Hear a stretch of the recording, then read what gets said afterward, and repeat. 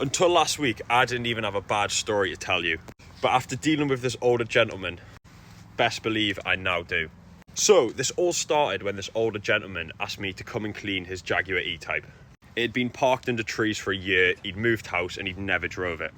As you can see on screen, it was absolutely covered in bird poo. So we went out and we told the guy that we need to come back twice. The first time we went down, we did a full wash and decontamination, which brought the paint up looking much better. He did say though he wanted all the bird poo stains removed, so we agreed to book back in. I'd order some compound, get a new heat gun, and we'd get it sorted for him. So I went back 2 weeks later at his discretion, and we removed all the bird poo and all the contamination off the vehicle. We then applied a 3 to 6 month wax sealant as he wanted it for sale and he didn't fancy a polish, so we thought we'd get it looking just as good as we can for the money he wants to pay.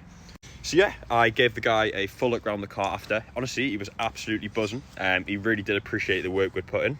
But then it came to payment time.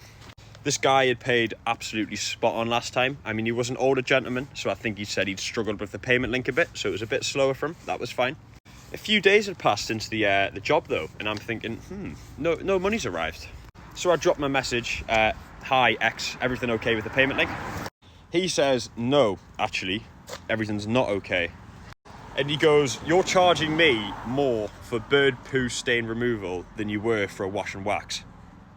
I said, yeah, that is because we obviously have to order a specific compound, we have to order a heat gun, and the job we were doing with the bird poo is extremely fragile and risky. If we had left that heat gun on the paint for even a few seconds more than we should have, we would have caused thousands of pounds worth of damage.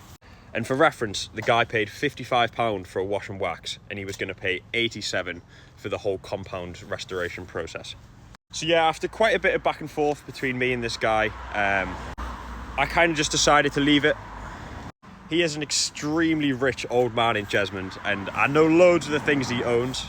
So I do find it bizarre he would try and bump a local business.